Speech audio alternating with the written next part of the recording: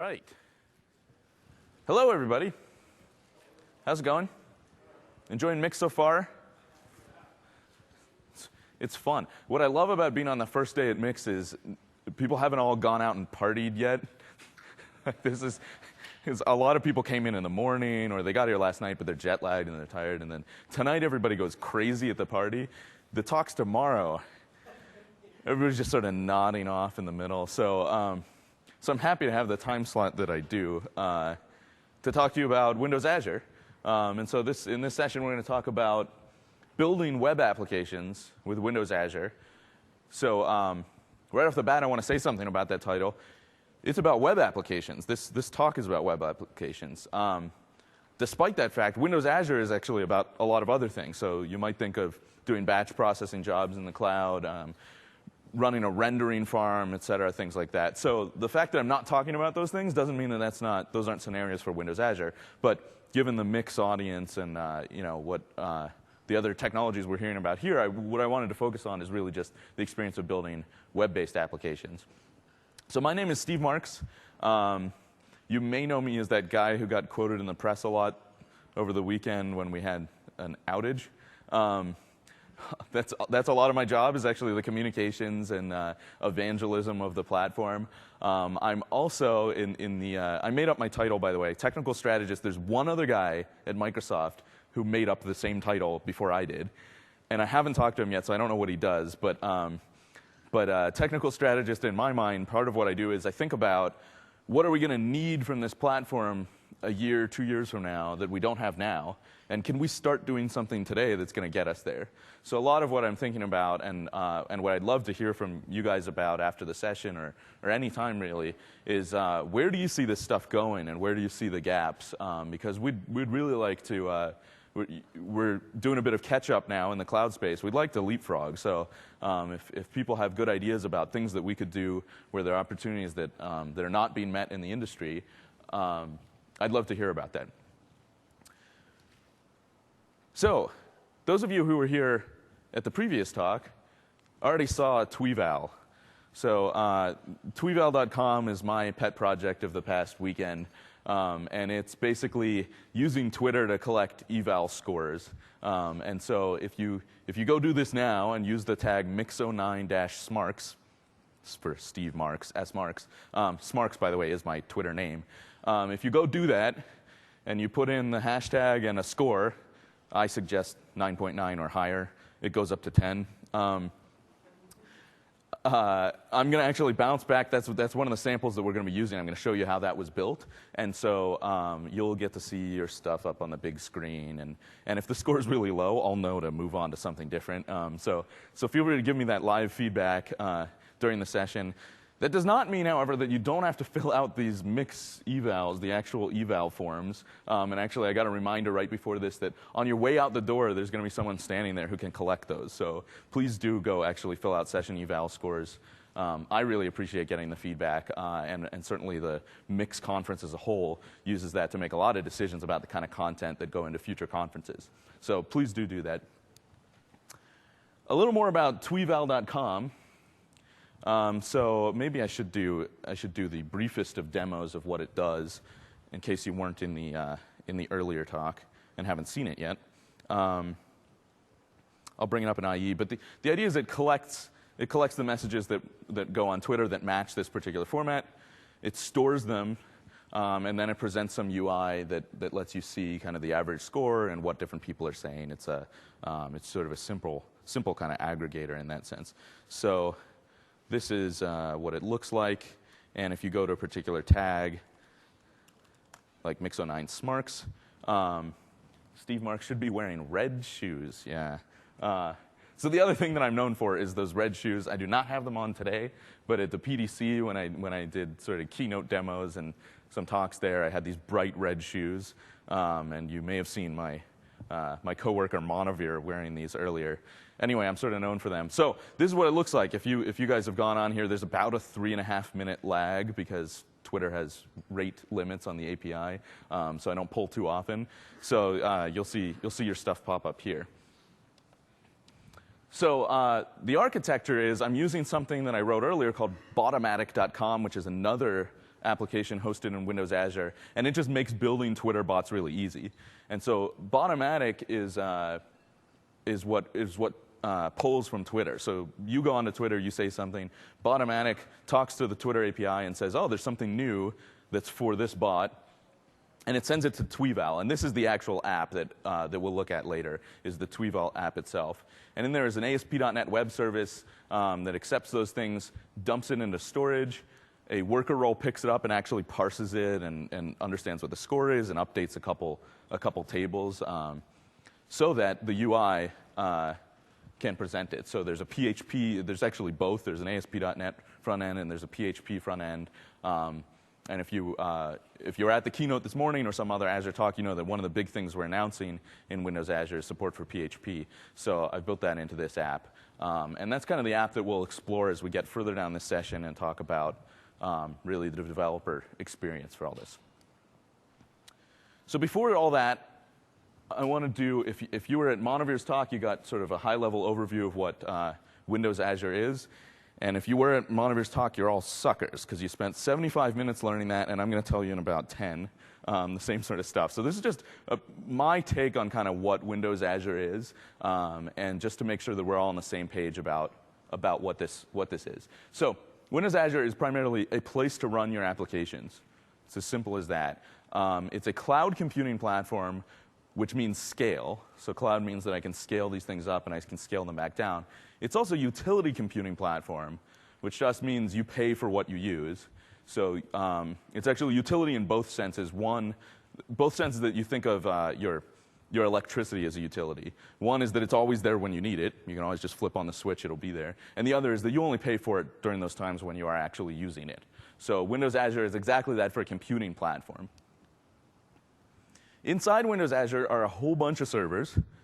So Windows Azure runs in the Microsoft data centers. There are a lot of servers. Each one of those servers we carve up into currently 8 virtual machines. That will sort of be an adjustable scale in the future, but that's what it looks like today. And they're all running Windows. So when we talk about Windows Azure as a cloud operating system, which we often do, I just want to point out the operating system is just Windows. It's Windows Server 2008 that runs on the individual machines. What we mean by this notion of a cloud operating system is that Windows Azure is what manages that whole cloud. And so it's not that it's a new operating system or anything like that. So I want to clear up that confusion. So we call that whole thing the fabric. And so the fabric you can think of as just the abstracted set of compute resources in the cloud. So where you had a bunch of VMs on a bunch of servers, you have one fabric. And the fabric is where your application runs. And so physically, your application is going to be spread across VMs on multiple servers. But logically, from the point of view of a developer and from the point of view of someone interacting with this system, you're just running on the fabric. And so the fabric can be thought of as just a giant computer in the cloud. Management tasks are automated by something called the fabric controller. It's the thing that controls the fabric. You tell the fabric controller what to do, and it figures out how to do it. And that's that's the deal of the fabric controller. That's actually the brilliance of kind of the automation that's built into this fabric. So the what to do is things like, I want you to upgrade my app to these new bits, or I want you to scale me out, double my scale because I'm getting a lot of users, scale me back down, roll back to that previous version. That was a really bad upgrade I just did. Change configuration settings on the fly, things like that. Those are the sorts of things you tell the fabric controller what to do. Then it figures out, okay, what machines do I have in the data center?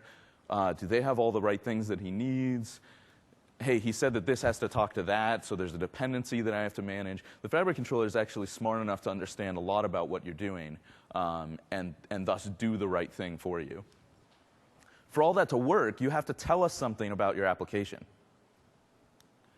So that brings me to defining your service. So you have to tell us a number of things. For example, what are the different components? And we call those roles. So in a lot of diagrams of a Windows Azure app, you'll see a web role and a worker role. And that's because in our CTP, those are the only options. You've got these 2 roles, and they're both optional, but you need to have at least one. And part of defining your service is telling us that you have a web role, that you have a worker role. How do they interact? The web role needs a load balancer in front of it because it's accepting traffic from the internet. Maybe these two talk to each other. Actually, in the CTP, there's no direct communication. They use a queue. But in the future, they'll be able to do all sorts of communication with each other. And then we want to know about that so that the Fabric controller is aware of how the system works and what it means for your application to be functioning properly. And then finally, of course, you tell us what scale. So how many instances of this web role do I need? How many instances of the worker role? And this is just a function of how much work do they have to do. So in the web role, it's generally how many hits are you getting on your website. On a worker role that's maybe doing batch processing in the back end, it's kind of how long is the work queue, how much work is there left to do there. And these can be, the scale can be dynamically managed. So you can always go in and say, I want to change this, and scale it up and scale it back down whenever I choose. So we're in Vegas, so I thought that it's only appropriate that we have a demo that involves gambling. So let me switch over, hopefully, to my laptop. There we go. I'm going to hit F5, by the way, to see how many people have come in here. Wow, half of these names, I'm not sure who they are, so I don't know how friendly they are to me or not. Yes. Thanks, Ryan. That one, I do know who that is. OK, so let's go into Visual Studio, and let's just create a new project. And we're going to create a new cloud service. Let's do a web cloud service. Let's gamble. And so my options there were, there was a web cloud service, there was a worker cloud service, and there was a both, web and worker cloud service. And that's to reflect that those two roles are each optional, but you need at least one. So there are templates in the tooling integration we've done with Visual Studio for those things. By the way, there's a talk by a guy named Jim Nakashima on Friday. It's one of the mini sessions. It's a 20-minute session, and it's on the tools. So it's about what Visual Studio can do for you. It's about how you can change your application, the new options we have based on new announcements that we're doing. So I highly encourage people to attend that talk to learn a little bit more about the tooling side of this. I'm going to focus more on just the overall process of doing development. So we will call our app Let's Gamble. And we're going to build this up in sort of progressions of accuracy. And I think in the first version, we're going to say, you lost everything. That's our gambling simulation. I'm going to press F5. And F5, of course, in Visual Studio means build this and run it. And so if I were doing traditional ASP.NET development at this point, I would be sort of hosting things out of the development web server, and I would see the application come up in IE based on that. Because I'm running a Windows Azure application, what I'm actually seeing is a simulation of the cloud. So right now we're pulling up something we call the development fabric. So remember, in the cloud, we call all those computers together the fabric. We have a local version of that we call the development fabric, and it has all the same APIs and all the same capabilities. So I can run this at scale. It's just multiple processes on my one machine right now. But I can go and test those concurrency issues. I can do debugging kind of across roles and things like that. So this is actually, this is a big point, and so I want to pause for a second and just think about the experience of developing an app that you have to run somewhere else. It's really key that you can have an environment local that simulates all those things and lets you get sort of the full fidelity experience of testing and debugging without having to go put something up there, test against it, cycle the whole thing again, and try again. So anyway, so now we have this great app that just says, you lost everything. So, yeah, so let's actually go back to slides for a second, and then we're gonna revisit this in a moment. So, developer experience is key. These are some of the things that I talked about, but just sort of all in one place. On the developer side, we have offline simulation in the cloud. I think that's really important. We have integration with Visual Studio, which for those of you who are developing in .NET languages, I think is really important. We'll show some PHP in a second and talk about that. In terms of maintenance, locally you do debugging. I pressed F5 there. I could have set breakpoints. I'm sure by the end of the session, we will see an exception get thrown by some of my code, and you'll see that it's just the same debugging experience that you're used to with .NET. There are APIs for logging in the cloud, and logging is really how we encourage people to debug their application in the cloud. You don't really want to stop everything in your running service to go investigate a problem. What you want to do is log enough information that you can just recover and then go back and sort of pour over what exactly happened that went wrong. So logging is really important, and we support the same APIs locally as we do in the cloud so that you can test that out in advance as well. And then in terms of management, there's a web portal, and there are APIs for accessing configuration settings. And so in the web portal, I can kind of set configuration, I can scale things out and back in, I can get my logs, and then at runtime, I have access to those config settings. And so things that need to be changed dynamically at runtime are managed that way. So what about the new stuff? So the new stuff that we've rolled out here today in Windows Azure is, on the developer side, primarily full trust for .NET, which, by the way, means you can invoke native code from your .NET code. And so to enable that, there's a flag, enable native code execution equals true. We've also announced fast CGI support in Windows Azure. And that means you can run languages like, for example, PHP. So up here we have, I'll show you an example of something that's not PHP also, by the way, just to show you this is a general thing. But PHP is probably the most useful thing we're doing right now. And for that, you have a fast CGI config setting. You say the path to your CGI executable. You also go into another config file, and I'll show you exactly what this looks like, and say, by the way, anything that ends in PHP, any verb, put, post, get, whatever, I want to be handled by that CGI module. And that's kind of all that it takes. So let's gamble in PHP this time. This is sort of, we're gambling in two senses in this, because it's this gambling simulation application, and I don't know PHP very well, so we're gambling in the sense that I may not do anything right in this one. So a little cool thing in the tools, but if you really want to learn what this is about, I do encourage you to go to Jim Nakashima's mini session. But I'm actually going to add a new role here. And this is a template that's brand new for this March CTP of Windows Azure, and it's the CGI web role. And so I'll just call this Gamble PHP. And the first thing that pops up here is that config setting. So remember in the slides I said, well, there's this fast CGI setting, and we have to point it to our PHP runtime. Well, let's delete a bunch of comments, and yeah, we don't need any arguments. OK. So we're going to do that setting. Now, that's assuming that there's some PHP CGI executable, which isn't in my package yet. So one thing that I want to make really clear about what we've done with fast CGI is we've done it in a very general way, not specific to any language. We've just turned on fast CGI. And what that means is to actually run anything, you need an executable for fast CGI to invoke. And so I think in the common case of what people are going to be doing with this now, they're going to be running PHP. And that means you go download the PHP runtime, you copy it into your app, and you're good to go. So I've already downloaded it, and I have back here, I have a folder that's full of the PHP runtime. So excuse me doing work on the command line in a small font, but I'm going to go to my Let's Gamble app. I'm going to go to the PHP thing, and I'm just going to copy that whole directory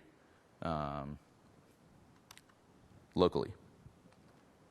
OK, so we're going to let that copy. It's going to make my application package, by the way, a little bit bigger. So expect, if you've already been playing with this, expect when you go to deploy that you're actually going to see significant upload times, because now you're uploading the entire PHP runtime.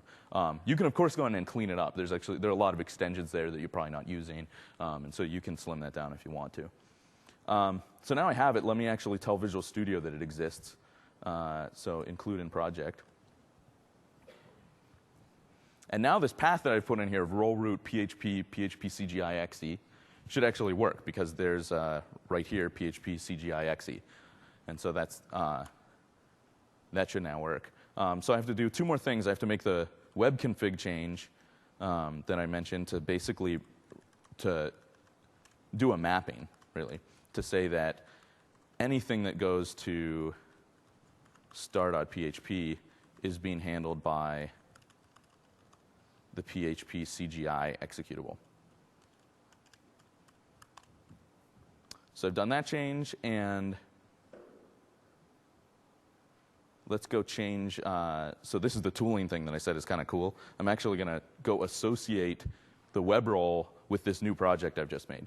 So remember, I had a cloud app that was pointing to this ASP.NET app. Now I've just sort of added a new thing, and I've said, OK, start using this as the web role instead.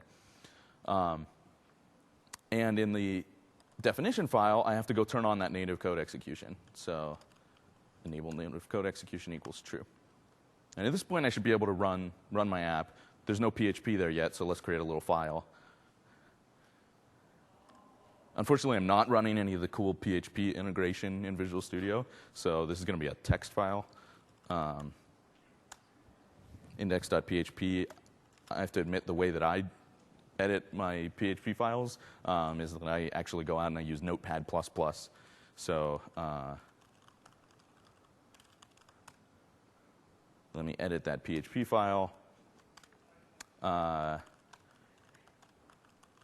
What do we need? Let's gamble. I'm trying to make it look like the other one. Yeah, you lost everything. Sorry if that's a little bit small. You're not missing much. Yes, reload it. That's what it looks like. And let's see. Let's try F5 again and see if I forgot any steps. So now, hopefully, we're going to see something that looks about the same. But this time, it's being served up by a page that's PHP. Now, you'll note that the PHP I've written is pure HTML. So we'll make a change in a second to make this a little bit better. Great. The web server is there's a step that I should have done. So there, I've browsed directly to index.php, and it says you lost everything. So we're still fairly accurate in our gambling simulation. So you know what I should do so that I don't see that message? So what happened is I browsed to the root, and it said, I don't know what to do at the root. There's no default document for me and whatever. That's because IIS, by default, doesn't have index.php as a default document. That's not something it's aware of. That's actually really easy to fix. So if I go into web config, in system.webserver, I believe, there's a default document, files, file, no, add value equals index.php. OK, so next time that should actually work. So let's cheat. Let's open something I wrote earlier called Gamble Sim. Guess what? Big surprise. It's the exact same thing as we've just been looking at, but it's a little better. So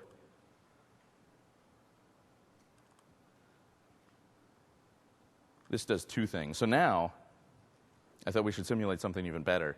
So I said, all right, let's simulate roulette.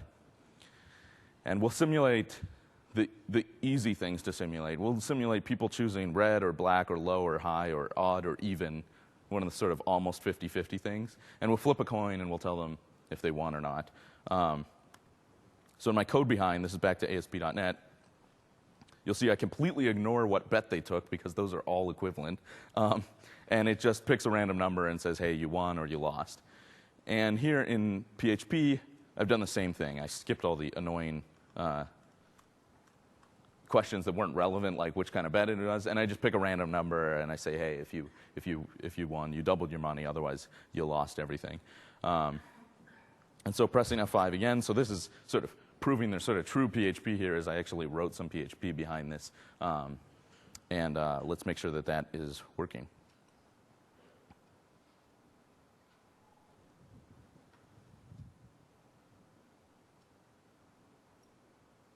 So how much to bet?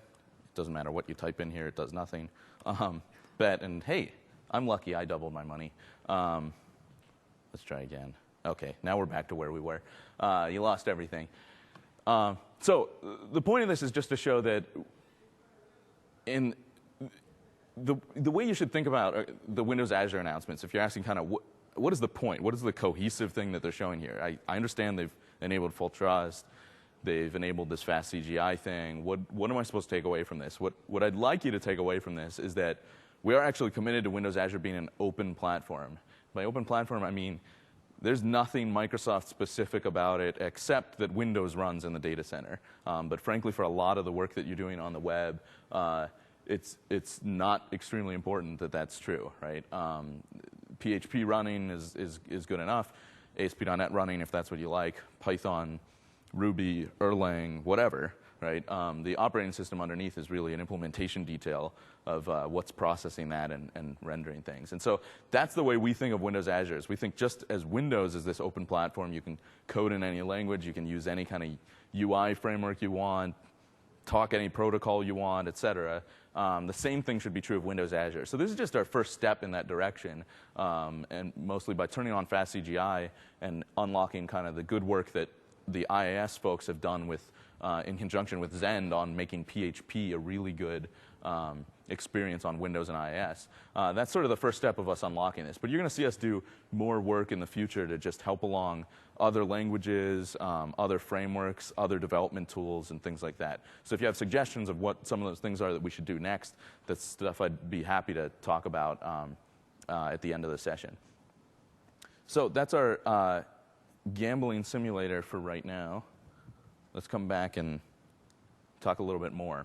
So Windows Azure does something called scale out. Scale out is to be differentiated from scale up. So scale up is, I'm running my app. It turns out my laptop is actually powerful enough to run most apps that I develop because no one uses them. But someday I'm going to have a huge hit, right? And at that point, I'm going to need a bigger machine. And I'll go buy a server in a data center somewhere. That server at some point will sort of keel over from the amount of traffic, so I'll buy a bigger server in the data center. I'll keep buying bigger servers until I can't, and then I'll be in trouble. Okay? Scale out is sort of the opposite notion. It says, well, you know what? This app runs great on a standard server today. If our traffic doubles, it'll run great on 2 servers today. Right? And if it doubles again, it'll run great on 4 servers. And so it's really this notion that every server is identical. They're all capable of doing anything that's required by the app. And it's a load balancing problem at that point. And so this is pretty fundamental to the way that we think about building scalable applications in the cloud, is that we do scale out. Now, scale out has a consequence.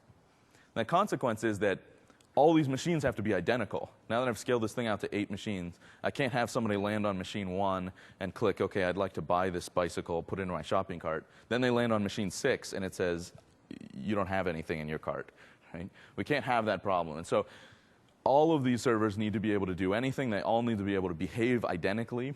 Part of this is also if something goes wrong on a server, we'll just bring up another one. And since they're all identical, it shouldn't matter. But the key is that they're all functionally identical. And the way to do that is to centralize anything that looks like state. So centralize things like shopping carts, et cetera. So our formula is stateless compute plus durable storage equals scalable applications. So the stateless compute is kind of what I've said. You really need these machines to behave in an identical way. As a consequence of that, you need some place to put that state, and the answer to that is a durable storage system. So we have one. Storage in Windows Azure is just another app that runs on the fabric. So just like you're spread across machines running in this fabric, so is our storage service.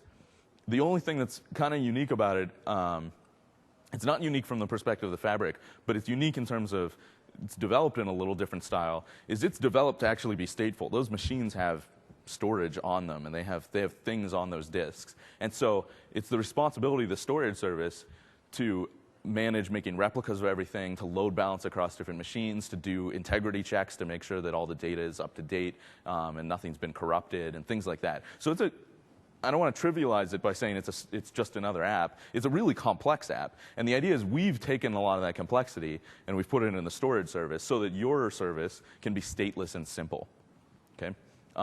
This model, by the way, is not very different than a web farm of ASP.NET apps all talking to the same database. It's the same sort of notion of centralizing state. It's just done in a massively scalable way. The storage service can scale to infinity. It's limited by how many servers we put in there. Everything's partitioned and put out that way. There's a talk about the storage service in detail of kind of what it does, how it works, what the different capabilities are. I believe tomorrow morning around 11:30. It's by a guy named Brad Calder, and he's the director of the storage service. He knows everything there is to know about that. So if you're curious about how it all works and what the capabilities are, I'd encourage you to go to that talk. So just a quick version of what storage is. We have 3 abstractions: blobs, tables, and queues. Blobs look just like files. They can be really big. You can store a 70 terabyte file in our blob storage system because it's all kind of spread across machines. But for all intents and purposes, they're sort of files. They're unstructured data. They're just a sequence of bytes that you might want to get back. Tables are really an entity store. They're a way to store objects. So they're structured, but they're not tables they're not relational tables in the database sense.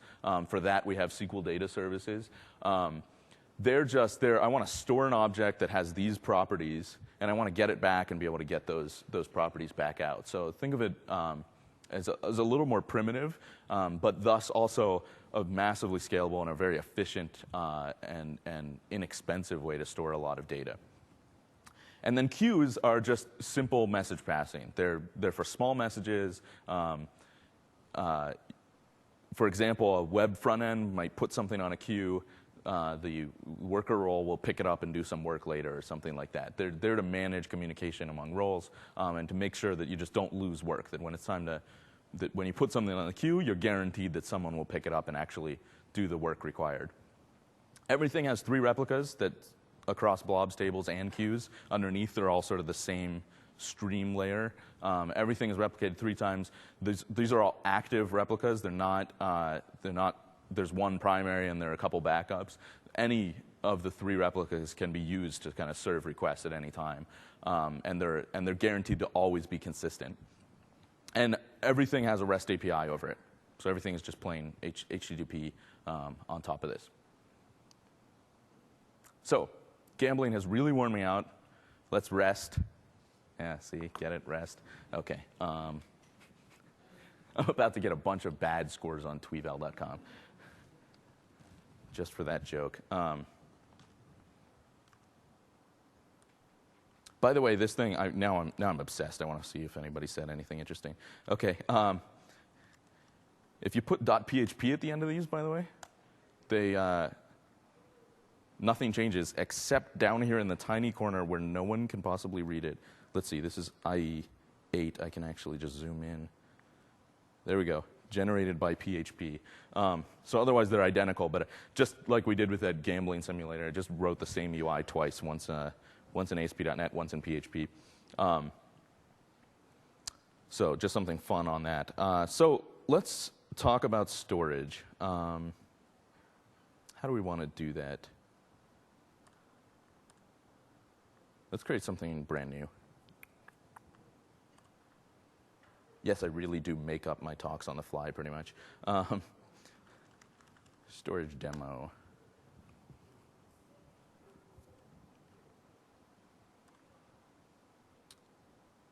So what we're going to do is we're going to write something really trivial that just stores something in a table and then reads it back out.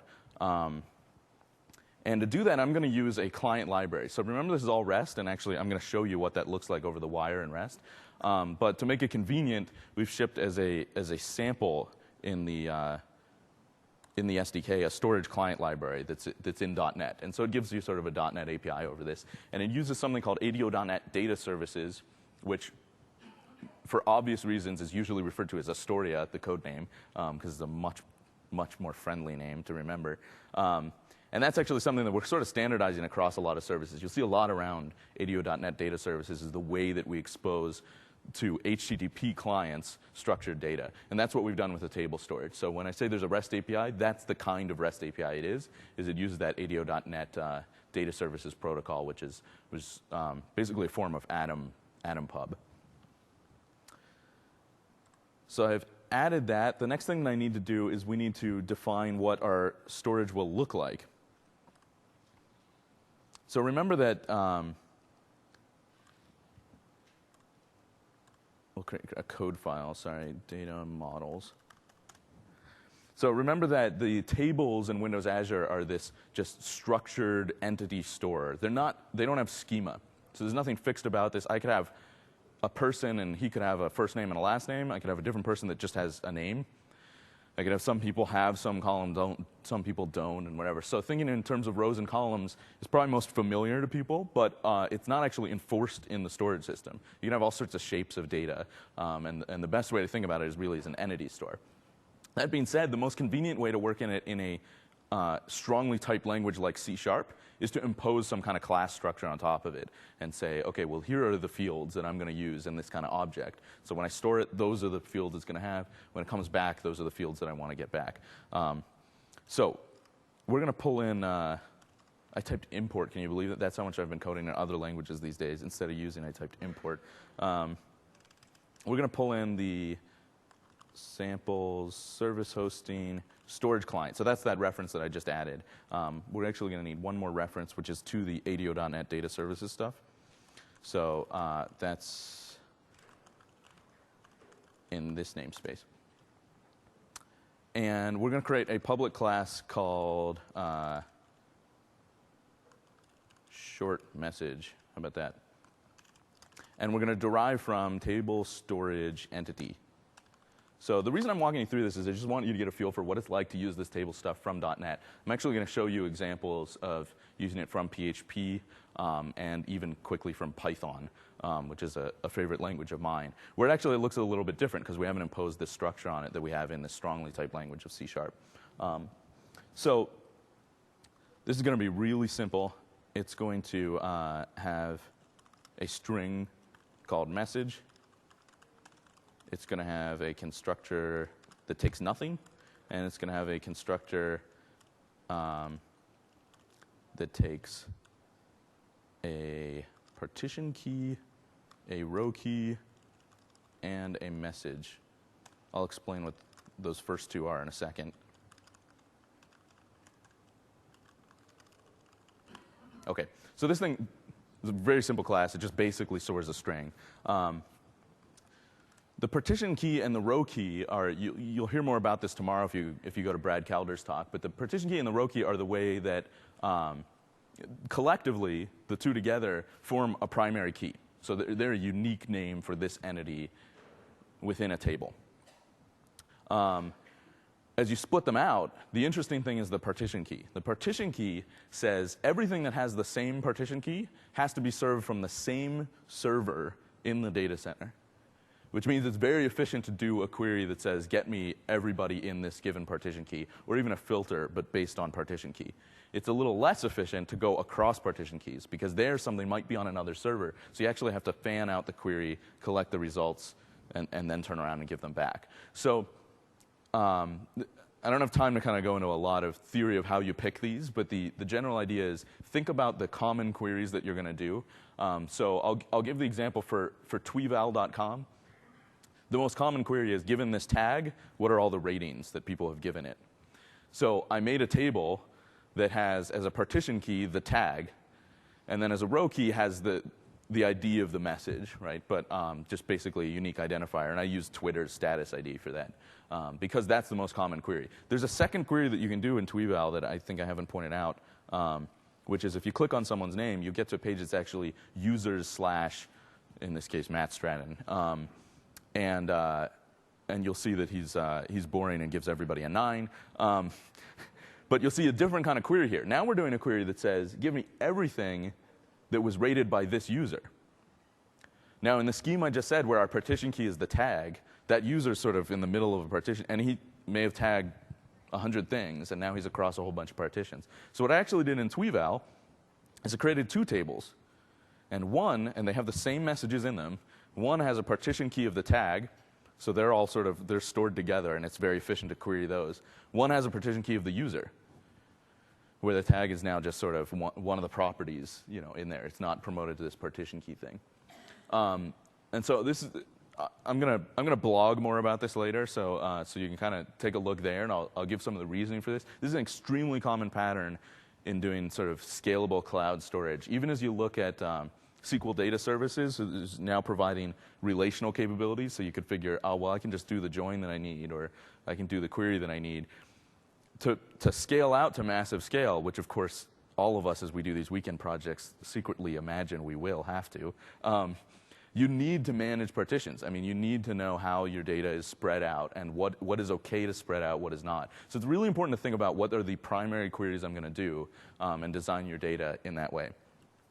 So in here we're going to do something kind of dumb. We're gonna put everything in a single partition and give a GUID for the row key, because I just want to store a whole flat list of these things. So I need one more class to make this all work, and that is my message context.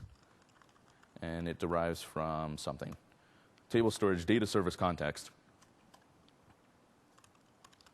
And it defines what the tables are. So I've defined kind of what the entities are that I can store. This defines the tables. And so I'll have a, what is it, data service query that returns type short message.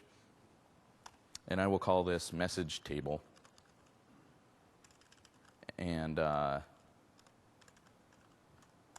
when I get this, it's just going to return a query on the table called message table.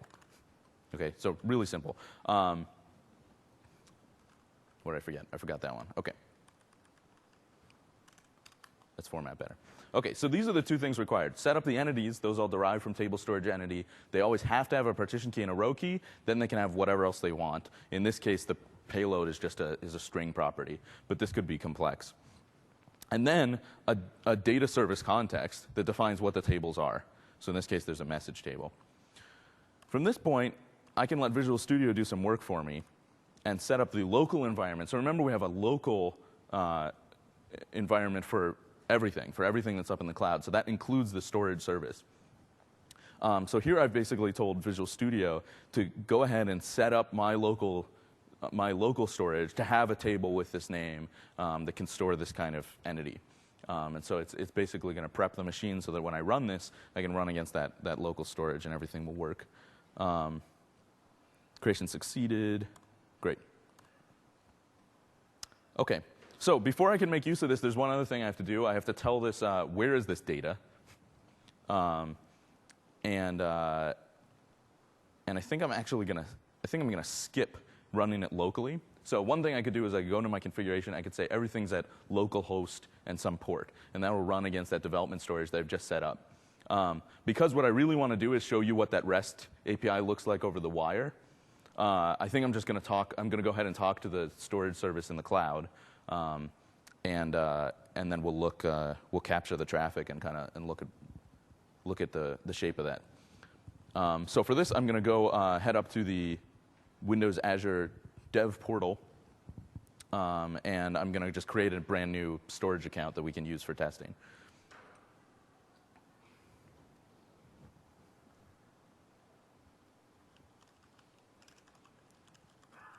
So our portal is lx.azure.microsoft.com.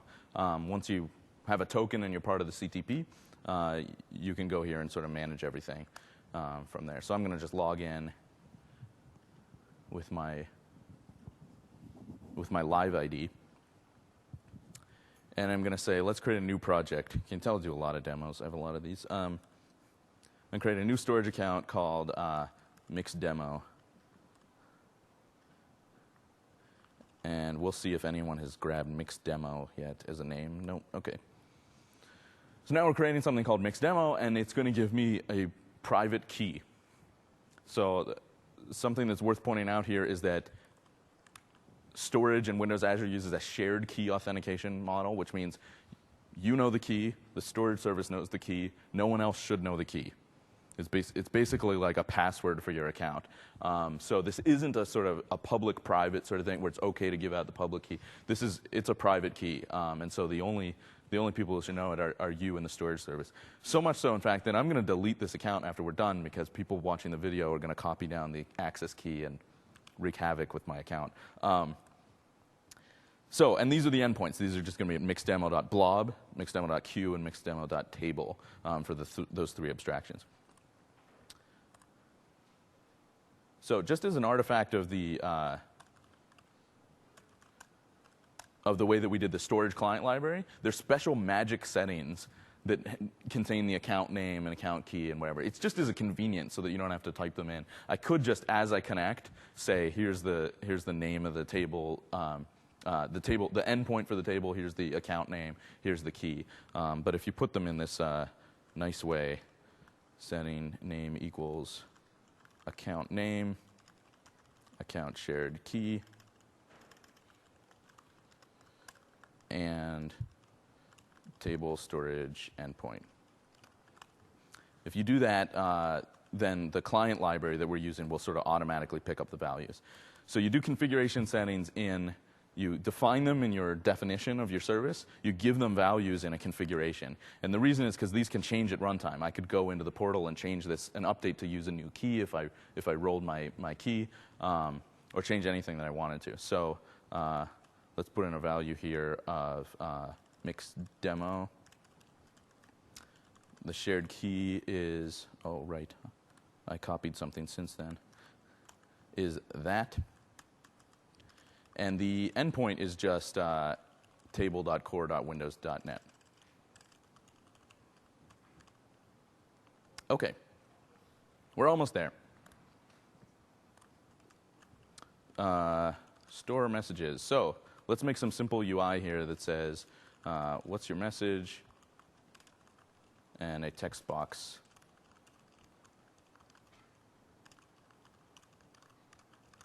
And a submit button.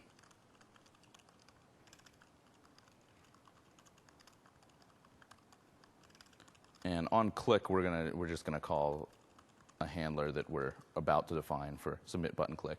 And this is gonna store the results in the table, right? So I'm just gonna type in a message, it's gonna go store it in the table.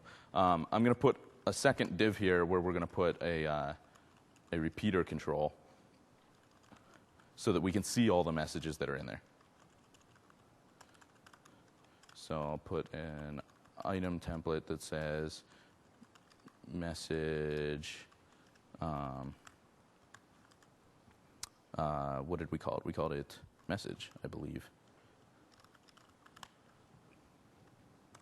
Okay, so back in the code for this, really quickly.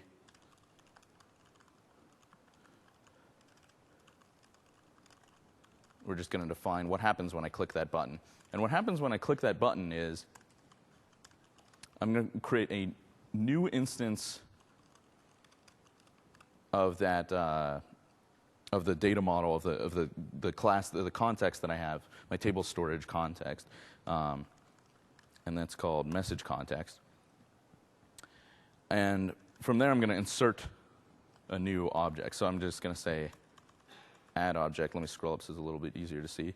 And add object takes the name of the table, and in this case, it's message table, and then the entity itself. So we're just going to create a new short message, and we're going to use the second constructor, which needs a primary key, a row key, and the message. I'm going to use an empty string for the primary key, so this will not scale. This is all, everything's going to go into the same partition, right? So I just want to point out, don't do what I do, do what I say. That this is sort of a bad practice. I'm just going to make a new GUID, as the row key, just so that there's a unique identifier, because I don't really care anything about these messages and how they're stored. I just want a whole set of them. And then finally, the message, which we're going to get from that text box that we had people enter. So at this point, nothing happens until I do this line, until I say save changes. So at this point, all that's happened is the context has remembered there's a new object. It's kind of ready to use it. Until you save changes, nothing is committed.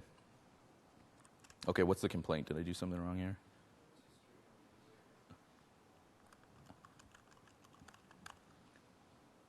Good point. Was that you, Ryan? Thank you.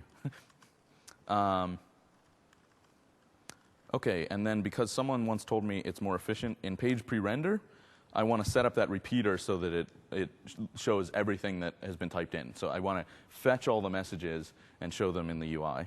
And so, so my message repeater data source is going to be, and here I can just do a link query. So for those of you who are .NET guys, you should be getting used to kind of LINQ as sort of a universal way to communicate with data. And so at this point, I'm just going to say from message in new message context dot message table, where, and then of course you could do whatever you want here, but I'm just doing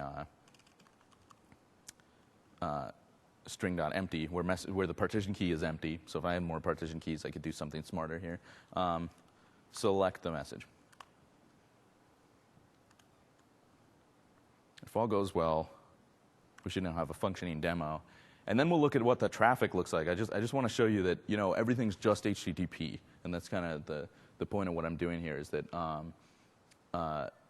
there's in our goal to be a very open platform, we had to settle on kind of what are the protocols and how do different things communicate with each other. And so the answer for that for us was it's got to be HTTP, and it has to be REST. It has to be something that's very friendly to developers on other platforms and using other languages to do. It has to be the sort of thing that someone could go pick up and implement in a different language if they wanted to. So I see that I forgot to put some text on my submit button, so it's a little bit small. But let's see if things work. OK. First message, let's see. Click that very small button. And so at this point, I'd like to show you how you debug using Visual Studio.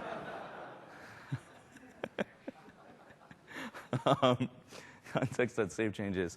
An error occurred while processing this request. I know what I forgot to do. I forgot to create the table. So locally, I did this step locally, but I decided to skip ahead, right? So locally, I set up the development storage to have this table already. Up in the cloud, it has no idea what this. I just said store it in a table named foo, and it said I've never heard of foo. And so that's what this error is. So let's go ahead and stop debugging, and we can fix that. While I'm here, let me change the.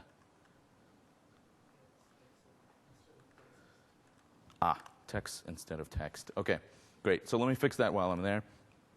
And let me take this opportunity to show you some Python. Let's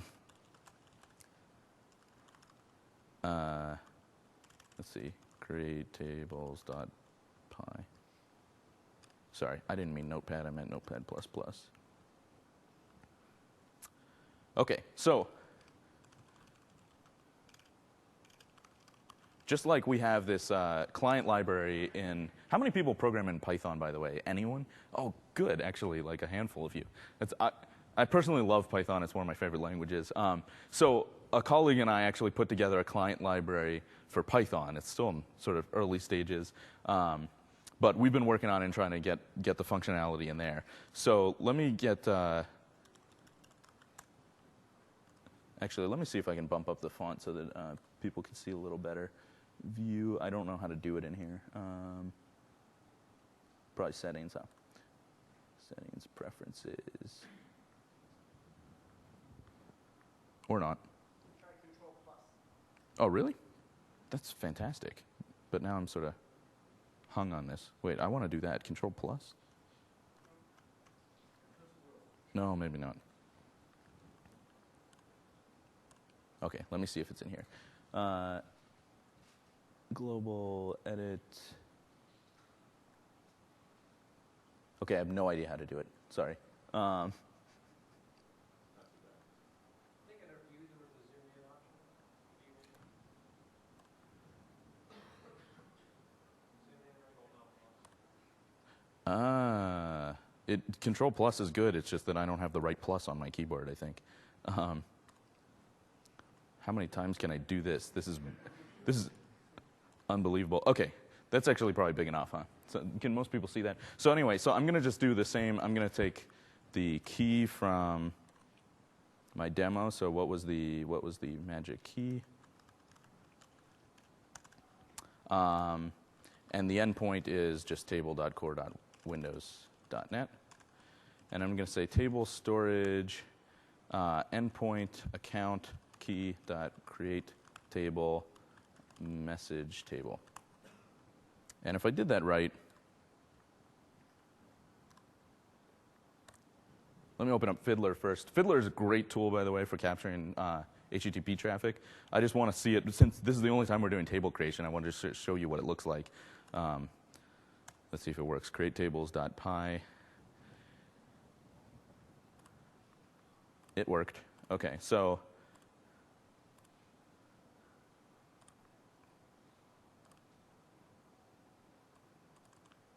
here we have it. Hey, since I just made the font bigger in the other thing. Oops. Sorry, took something with me. Okay, so this is what the request looked like. It's a post to the tables table, and it basically has nothing interesting except table name equals message table. So there's not much here. The response from the server is a 201 created. So just simple REST, and just as an example, this Python library is something that we sort of just on off weekends, sort of cooked up, and so the coding is not hard to do in kind of other languages. With the PHP support that we just announced, I have a feeling that within a couple weeks you're going to see a bunch of PHP libraries to talk to storage. There's at least one that kind of exists out there today as open source projects. I expect there to be a whole lot more. It's not terribly difficult to get the basic protocol right. What's tough is designing a really good client library that feels natural in the language that you're developing in. So let's see if things are working now, or perhaps it's time to show another feature of debugging.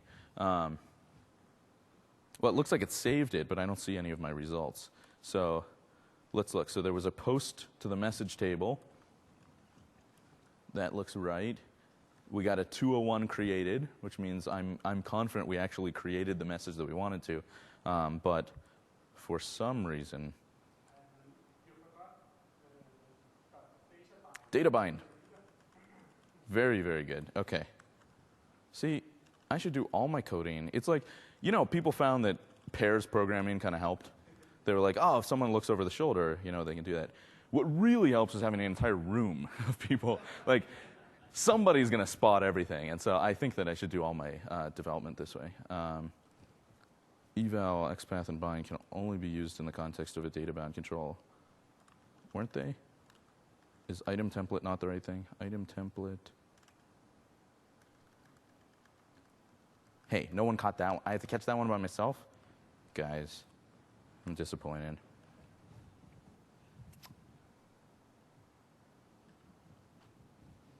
Okay, there we go. So we see test messages there. If I put in foobar, we'll see that appear too. And they're random GUIDs, so they're actually going to show up in a random order because they're ordered by that row key, and the row key in this case is random. So if I keep trying, we'll probably see something appear at the bottom. How is that possible? There we go. Okay.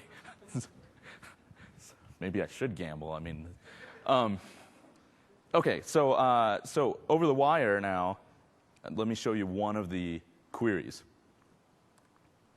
So again, I'm gonna take it over here into Notepad++, since now it's nice and big there.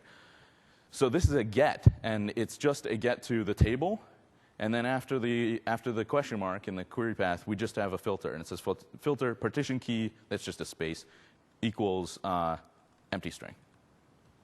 So you can construct these yourself. My point is there's no linked into any magic there. It just translated that where partition key equals string.empty into this string, and it just tacked that onto the end. So I just want to impress upon you that it may look a little bit scary at first, but all of these protocols are actually pretty straightforward and pretty lightweight, and people have been implementing these in other languages like I've done here in Python.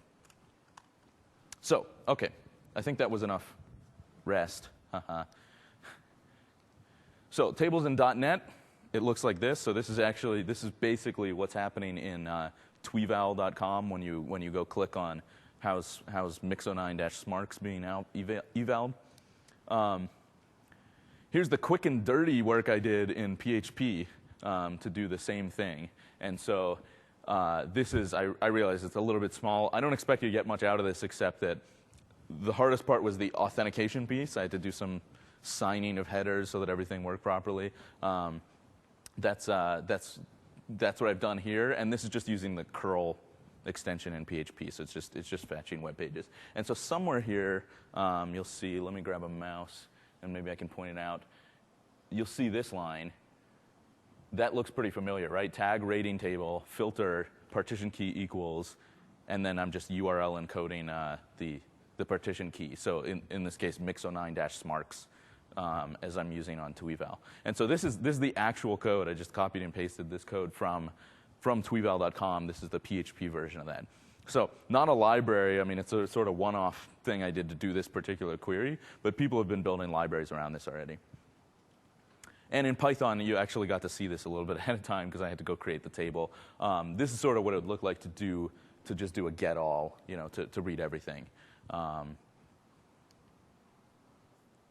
So putting it all together, this is what the picture looks like at CTP. You can have a web role, a worker role. They communicate via the queue and storage, so that's the commonality. They both talk to storage. The web role has a load balancer in front of it, accepting traffic from the web. The tweeval architecture, now we can actually understand it a little bit better. So the user goes and puts something on Twitter, Bottomatic fetches it. Now it does a HTTP post to an ASP.NET web service in my web role. So my web role is both, remember, ASP.NET and PHP. The web service I've written in ASP.NET because it's the language I'm more familiar with. From there, we, speaking REST to the storage service, enqueue a piece of work. And the message that we enqueue is username, colon, the ID of the Twitter message, colon, what they said. Okay. The worker role, which is written in .NET, talks to storage, finds that message, parses it apart again, and goes, okay, the message said, SMARCS rocks, I love MIX09-SMARCS, I give it a 10. It finds the MIX09-SMARCS, it finds the 10, and if it doesn't match, it throws it away. But if it finds those pieces of data, it writes back down to storage into 2 tables, one for the tag, one with partition key by tag, one partition key of user, and it stores that message again, but this time structured, this time with who sent it, what's the score, what's the message, right? So it stores it as structured data on the way back out. Then when someone hits the PHP front end, for example, that PHP talks with that blurb of code I put up there. It talks down to storage and fetches all the appropriate entries from table storage. And then it displays some UI. Then it generates some HTML. So that's kind of the way this is all working. It's actually using some of the new functionality we have in that it's using PHP. The one thing that I haven't shown any of here, and I don't plan on, is really taking advantage of full trust to call into native code. So, for example, you might imagine in the worker role that, gosh, actually parsing these Twitter messages is really hard, and I took an off-the-shelf component that knows how to do it, and that happens to be written in unmanaged code, in native code. It's written in C++, for example. With the new functionality that we've rolled out today, I can actually do that. For my worker role, I can just call directly into native code and do that. A lot of examples about rendering in the cloud and transcoding in the cloud and whatever, this is sort of a necessary piece to do those, since a lot of that code is written in sort of heavily optimized native code. So the final summary, we have full trust. You set a flag to get it. It's that enable native code execute equals true. You can p-invoke into native code. We didn't see an example of that, but that's pretty straightforward. We have tool support for native code debugging, and if you go to Jim Nakashima's talk on Friday, his mini session, he'll show you how you can debug native code. Fast CGI means bring your own runtime. So for example, I put PHP, I put that entire package into my application. So you can bring whatever you want. In fact, in the samples in the SDK, there's an example of just a handwritten C++ fast CGI thing that just returns a message in response to requests. So you can put whatever you want in there. So if you have other language runtimes you want, you can bolt those in. If you want to roll your own sort of thing, you can do that too. And finally, IIS URL rewriting, which I use to make the things a little bit prettier on tweeval.com. If you just stick a .php on the end, it actually uses URL rewriting to do something different. It sends it to a totally different file, actually, and translates that into a query string. And that's something that has existed. That's an IIS module that's existed for quite some time, but we've turned it on. It required native code support, and so now that we have that, and that fits within our security model, we were able to just turn this on. And you'll see us turning on more and more things like that over time. And so with that, we are at the end of the structured part of my talk. We do have some time that people can ask questions. And please do remember to fill out the real evaluation forms and hand those to the gentleman in the back on your way out.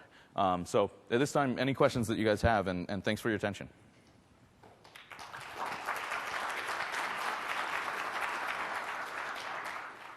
I just want to let people know that we're going to be talking about cloud computing topics tonight at Tau with a few drinks in the Opium Room at 8:30. So please join us. Yeah. Oh. Thanks for announcing that. I meant to do that, by the way, and I totally forgot. So thank you for making that announcement. The deployment story, has that changed with this latest CTP? You know, the multi-step deployment and those manual steps you have to go through? The deployment does not change with the latest CTP. So the options are upload via the web UI or copy to blob storage and then click a button in the UI, and staging and then swap into production. So that's unchanged. Is there any thoughts about where that's going to go? It's going to become automated. So, I mean, the one thing that we're going to do across the board on the management tools is APIs in front of everything. REST APIs that let you just run it, you know, on staging, promote it to production automatically after your test pass is done, things like that. So basically enabling automation. I think that's all that's planned. Yeah. Thanks. Just a quick one, Steve. Your app failed then because you hadn't created a table prior to running the app?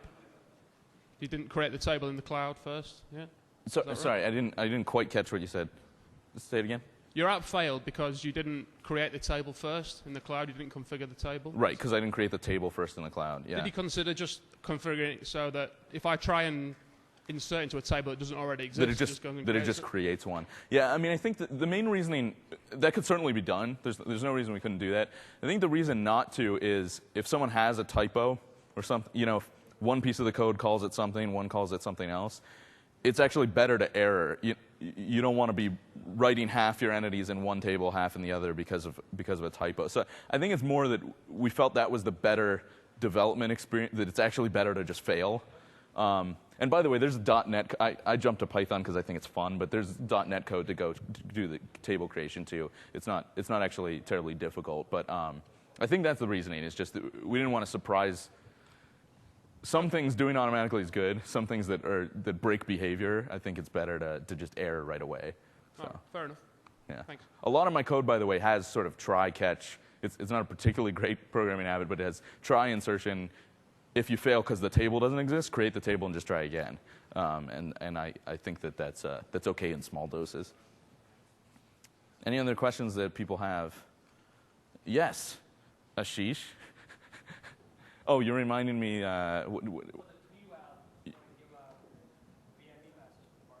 Oh, yeah, sure.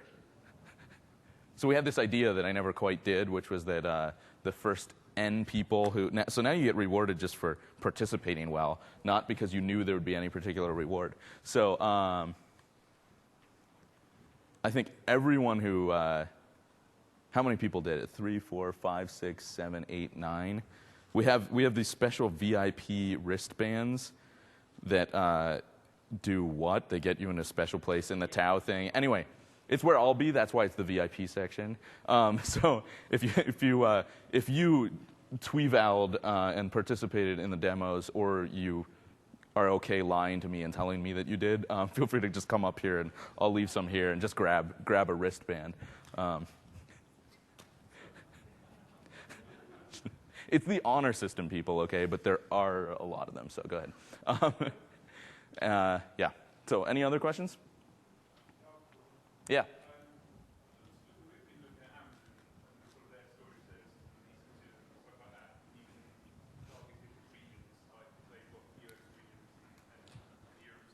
Mm-hmm. Yes, it's almost like that was a planted question. So the question was, is there anything like on EC2 I can pick what region I want my stuff to run? Is there anything like that on Azure? That's actually one of the things that we are announcing today.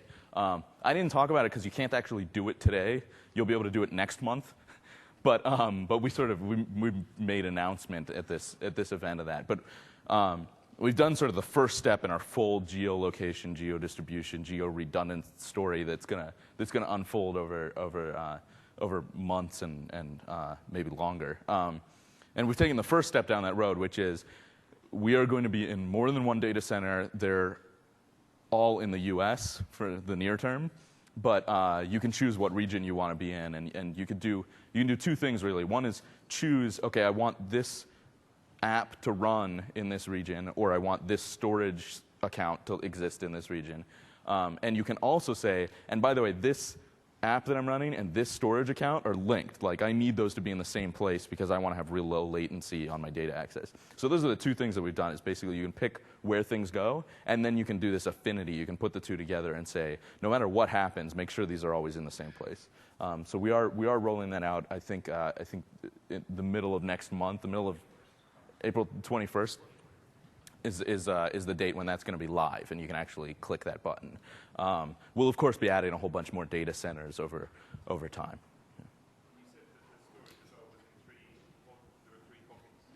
Yeah.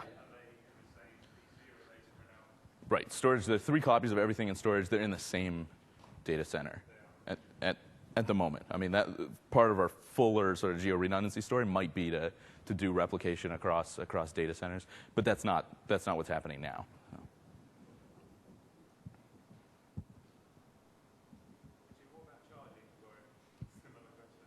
Okay, so there were no more questions. So the last question was what about charging for this? And the answer is yes, we're going to charge for it. Pricing is something that we're not ready to talk about or announce now. Of course, we are going live. We have commercial availability at the end of this year. So we'll tell you what it costs sometime by then. And I'm afraid I can't be any more specific about that. Okay, she says I can be more specific this summer. So it's going to be sooner than it's going to be sooner than commercial availability. You'll know before we get to launch.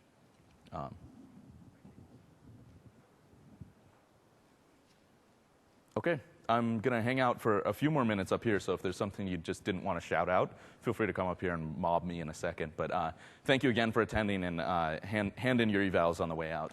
Thanks.